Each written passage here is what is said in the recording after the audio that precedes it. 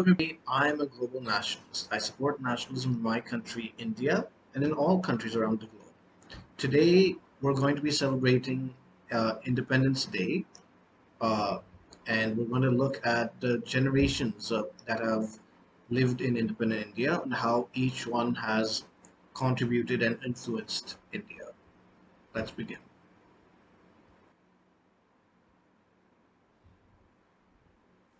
Before I get into the meat of the matter, I want to say that, as far as I know, there is no official classification of generations in India, and that uh, the government doesn't segregate the population generation wise as some countries do. And this is something that corporate India has done. And generally, they follow the American and Western generational cohorts, but some economists and sociologists in India have tried to um, Indianize the creation of generational cohorts, which is what I've tried to do in this video. And so I'm not using the Western uh, names for generations. As far as a generation is concerned, I'm referring to a group of people who are born within and grow up within a span of 25 years. And between each generation, I'm leaving about like 3 years, which are I call the gap years or the bridge years, where one generation kind of merges into another. And yeah, so the first generation I'll be talking about is from 1947 to 1972, 25 years of independence, which I'll call as the traditionalists. Then the second and uh, this generation from 1971 to 1973, those are the bridge years where they will overlap with the next generation, which is from 1973 to 1998, and this then the next generation will be from 1999 till today.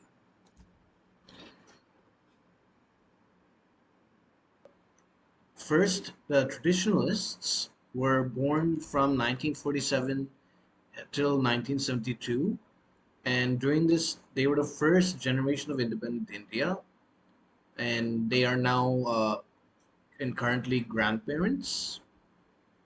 And so their first earliest memories would be of the partition.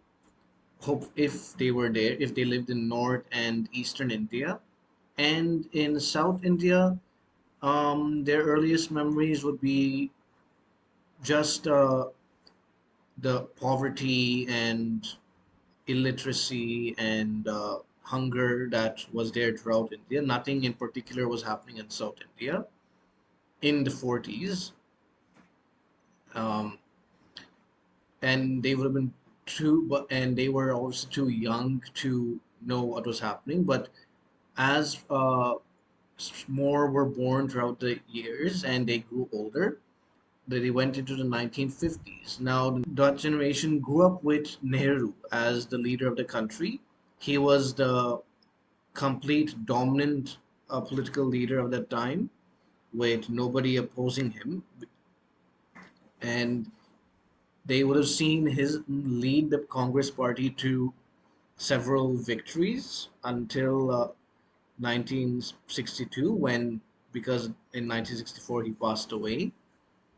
So they are would be partial to him, would have good opinions of him, and especially if they benefited from his policies. And then they also would have had a good opinion of people like Gandhi and Patel and the other freedom fighters because they were the generation who first enjoyed independence and they were the most optimistic about independence and very hopeful for the future. There was a lot of talk of nation building at that time, and the government was building uh, various institutions for the country. It followed a socialist model of development with state ownership of many industries and natural resources. And this economic policies is one of the reasons why India had a very slow growth rate during this period and failed to develop in this period. But also there were some good the changes that were brought about by the government, such as the Hindu Marriage Act, the Hindu Adoption Act, and various others, which reformed Hindu society, gave women equal rights, and uh, uniform made a Hindu laws throughout the country uniform, which made it easier for the government to govern Hindu personal issues. The only problem with this was that this was not done for the other two communities in India, Christians and Muslims. The Hindu laws apply to other dharmic religious groups such as the Sikhs, Buddhists, and Jains. And because there were no reforms of Muslims and Christians, um, the by the government, the backward practices and uh, regressive norms, cultural norms in those communities continued.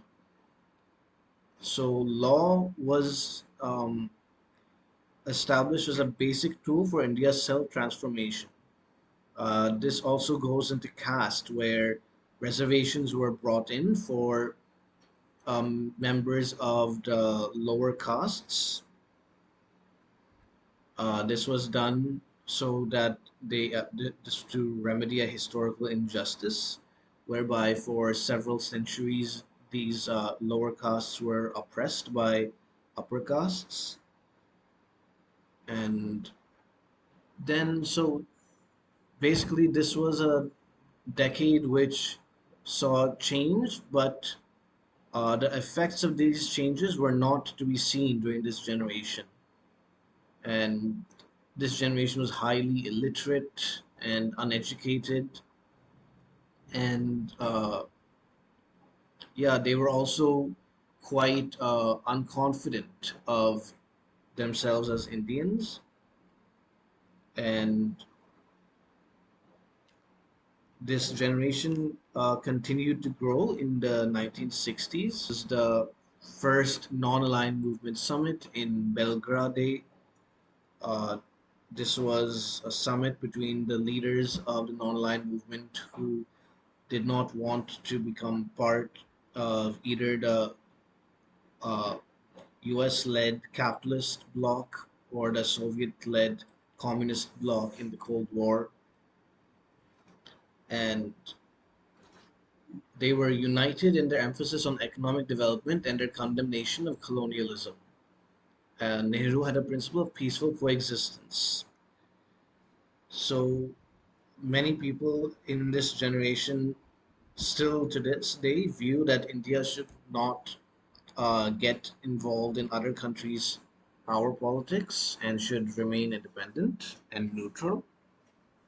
And this thinking has passed down through the foreign policy establishment in India. And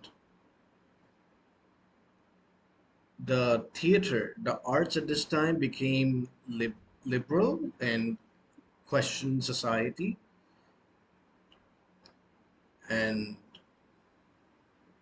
India's space research program began in 1960s when there was a first rocket launch from Tumba near Tiruvananthapuram, and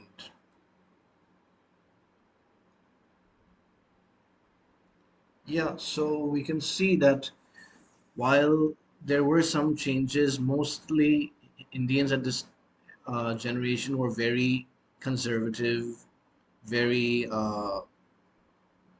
like orthodox, and were not into materialism or liberalism, didn't question their elders, their cultural norms much.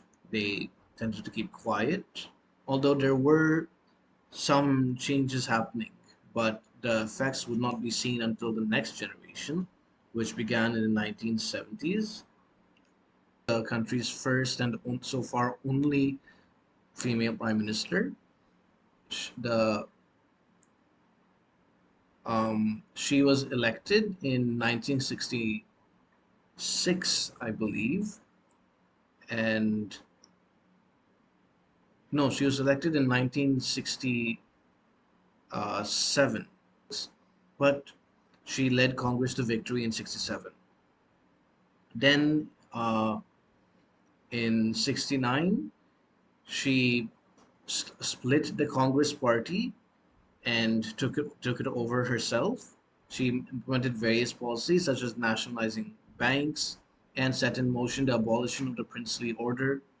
She claimed to be a messiah of the poor.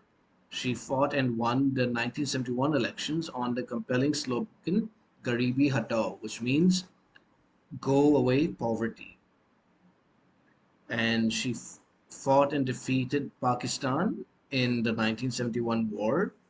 Opposition politicians themselves were singing her praises because people, uh, that generation was realizing that the promises that had been made during by the post-independence leaders like Nehru have not yet come to fruition, which made them angry.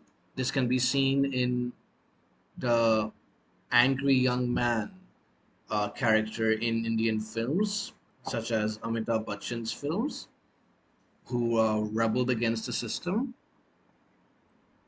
And this also saw much change in politics, where as the decade grew on, people became opposed to Indira Gandhi. Bihar saw a series of strikes and processions demanding the resignation of the Congress government in the state. One protest in Gaya provoked the police into firing on unarmed demonstrators, and this week was called the Bihar Movement. It had been renamed the JP Movement because it was led by Jayaprakash Narayan, who was a freedom fighter, and students of all stripes flocked to it, along with other major opposition parties. So we can see that people were wanting a change. They did no longer wanted the the Congress to be in power. Then this opposition actually became heavier. In 1975, Indira Gandhi imposed a state of emergency on the nation. Opposition leaders were jailed and the press censored. Now, there wasn't much dissent because at first uh, the trains ran on time, the rains that year were good, people were quite okay with it. But the political class was not. They were very against this, and the courts came under stress because the Indira Gandhi passed many amendments to the constitution, which reduced the power of the courts. And then, so yeah, but as time went on, opposition grew, and she had to remove the emergency in 1977 and call an election. And the Janata Party, led by Jayaprakash Narayan, won. Now, most Indians of that generation dismissed the Janata Party. They did not, and looking back, they don't have good memories of them, but that government did do a lot of good things. They uh, removed and repealed the amendments to the constitution brought by Indira Gandhi and Prime Minister Morarji Desai and his Law Minister Shanti Bhushan uh, restored the original provisions. So this prevented India from becoming a completely centralized, uh, top-down totalitarian state.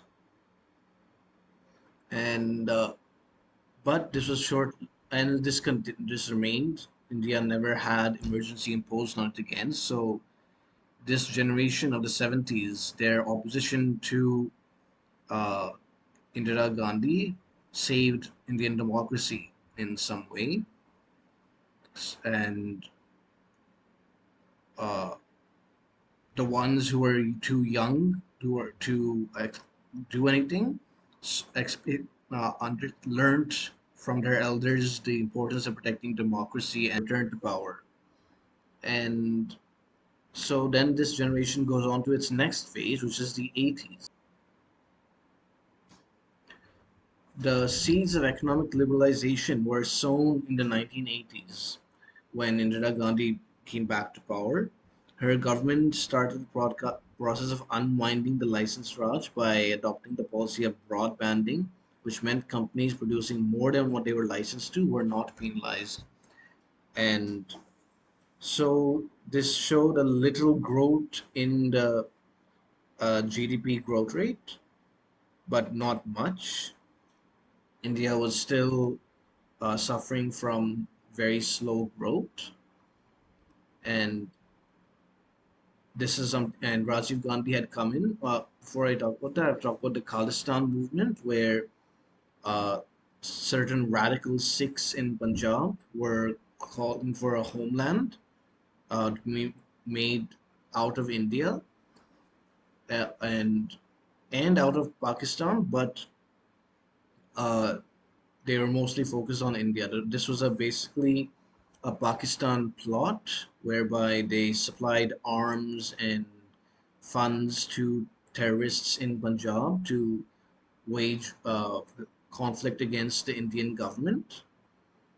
And this included attacks on Hindus and caused retaliation by the government. It was a very bloody uh, conflict. Started in the 70s, but became more worse in the 1980s when in the early 80s, Indira Gandhi sent the army into the Golden Temple, which is, I think, the most holy temple for Sikhs because that is where Sikh Khalistani terrorist Bhindra Sikhs uh, were out of revenge assassinated her.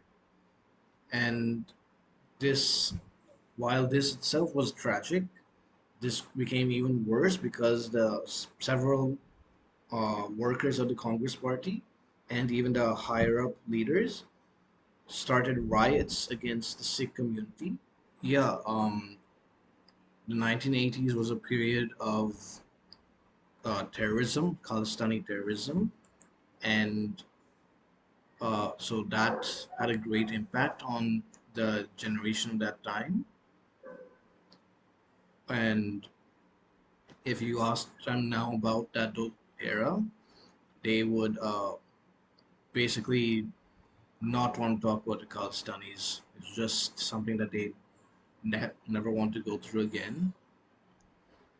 And but as the then that was also the time that terrorism in, or rather the civil conflict in Sri Lanka began, where LTTE was the Tamil extremists were fighting a war against the Sri Lankan government, and India sent uh, its army, peacekeeping forces, to somehow mediate a resolution between the two groups. But unfortunately, the army started fighting with the terrorists, and this became a disaster for India. And the peacekeeping forces had to be brought back. More successful in cricket, winning the World Cup in 1983 and with starting to win more matches.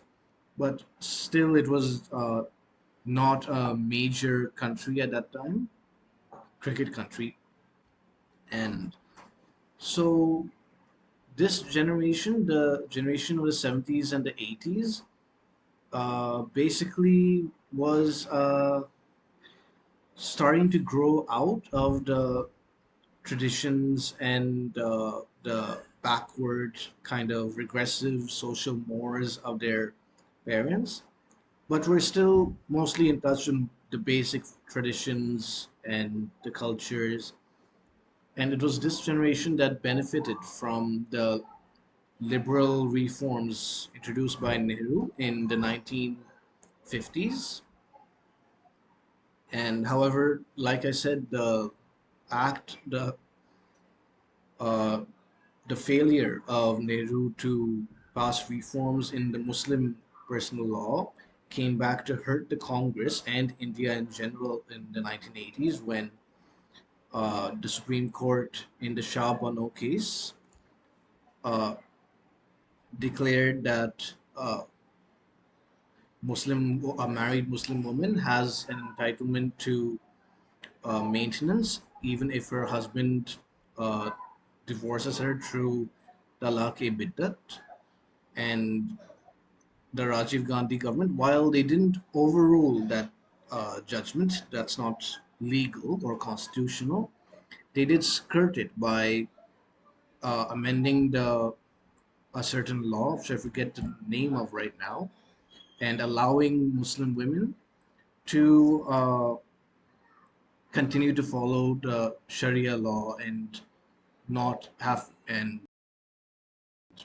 basically they continue to allow talaq biddat, triple talaq, to be legal. And this caused a backlash against the government by the right wing, which is basically the Hindus in India, the conservative Hindus.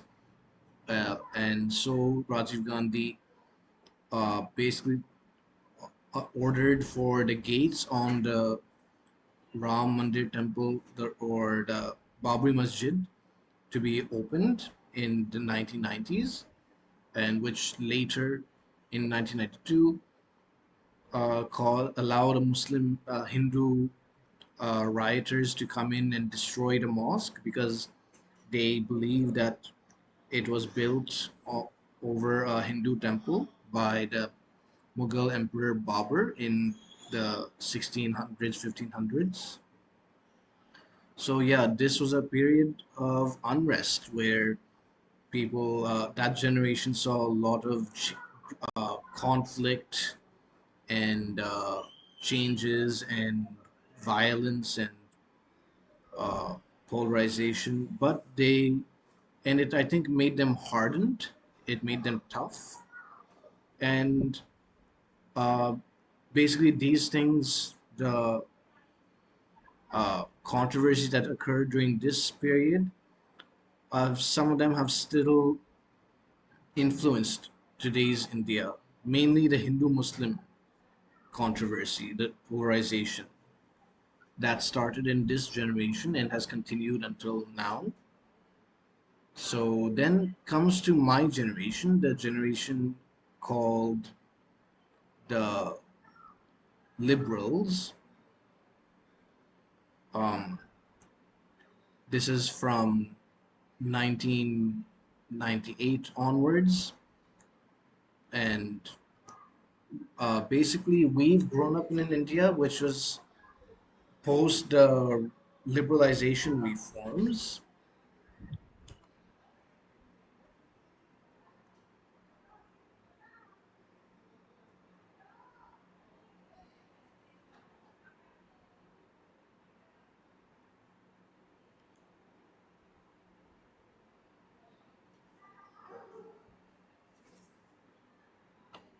This is sometimes called as the golden age of the Indian economy. Manmohan Singh, as a finance minister, along with the Prime Minister VPV Narasimha Rao, opened the doors for globalization, liberalization, and ended the socialist policies, which the GDP tripled in the 5 years reign.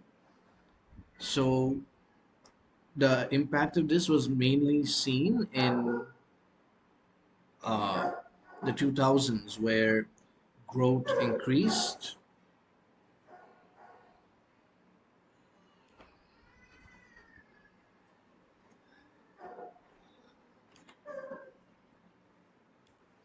and yeah, my the 2000s were kind of peaceful for India. There wasn't much violence, although there was no Khalistani violence at all. But there had, uh, but as the decade grew on, more communal violence occurred.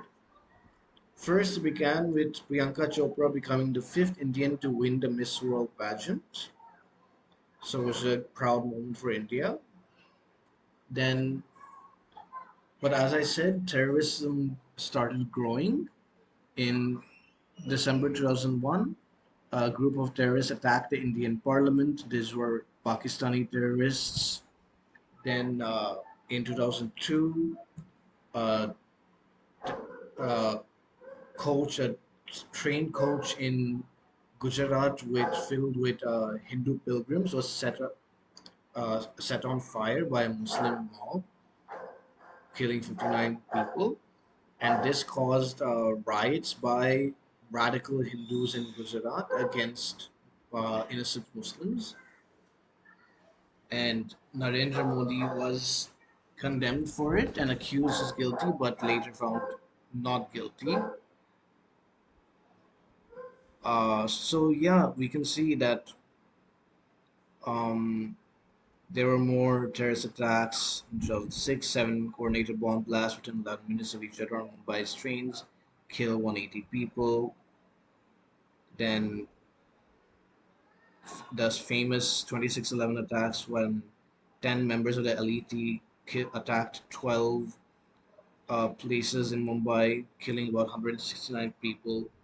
So yeah, my generation uh, has experienced terror, but not to the same extent that the previous generation did. And we experienced in India, which is kind of growing and economically successful, but we all still knew that we had not yet achieved our potential, and we saw corruption in the government with various scams coming to light, which was seen in the 2010s.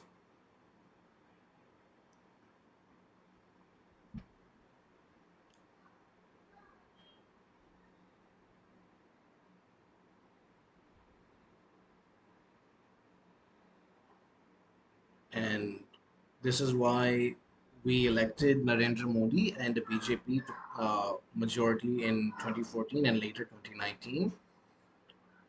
Not which was one of the reasons. The other reason was because we had uh, kind of grown tired of secularism, which was practiced since independence, and as time went on, became pro-Muslim and anti-Hindu, and became basically pseudo-secularism. And so, my generation became not anti-secular, but just anti-pseudo-secular. And so, we didn't like the opposition parties, and so we are more in favor of the BJP.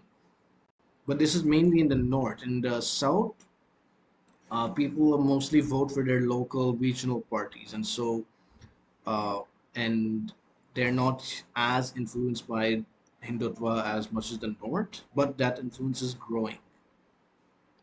I've spoken about that in a previous video, which I'll give the link to in here. And yeah, we've also seen India grow as a space power. In September 2014, ISRO made history when India became the first country in the world to reach Mars in its maiden attempt. The Mars orbiter mission was achieved on a budget of $74 million, nearly a tenth of the amount the US space agency, NASA, spent on sending the Maven spacecraft to Mars. So my generation has seen India grow as a confident, proud nation.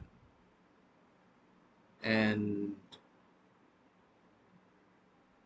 one of the most iconic images for my generation is this, and these three basically.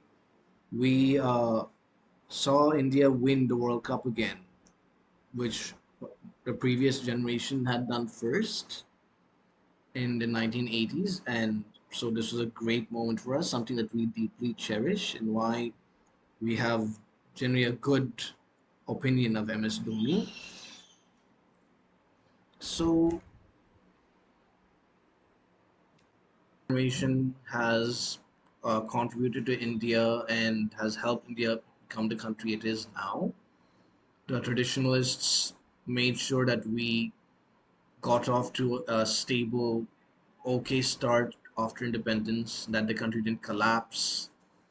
And then, however, they were simply very slow and conservative and didn't challenge their some of the backward beliefs that they had and traditions. And if they had done that, uh, then women's rights should have been better, and uh, people would, and especially lower caste, the caste system, the discrimination would have gone down quicker. And but I guess I don't really blame them because it's not easy to suddenly change so quickly, and which is what the next group started doing from 1972 onwards, who basically were uh, still somewhat traditional, but were beginning to question things and were grew up in turbulent times and saw India go through some growing pangs, kind of its teenage angsty phase, and made sure that the country, through various internal conflicts, didn't fall apart and held together. And they started growth of India as a cricket team, which helped Indian sports in general, which wouldn't be seen at that time, but which was later seen in my generation. And my generation has basically decided, I guess, to take India to the stars, to its place in the highest it can be, fully developed country and wealthy, powerful country, and without the colonial baggage. We're questioning some of the basics of the Indian state, and many of us want India to be a Hindu nation. I've also said this too, that I want India to be a dharmic country, and which respects all religions but has responsibility to dharmic uh, people and to protect these religions. And so you can see that my generation is the most different, the one that's really breaking away from the past. And I hope that we can help India become an even better country. And I just want to end this video by wishing every Indian who's watching this a very happy Independence Day. And I hope that we can achieve more in the future.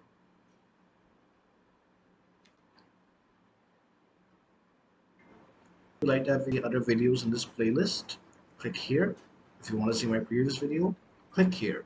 If you want to see the sources I use for this video, click the links in the description below. Thank you for watching. Vande Mataram.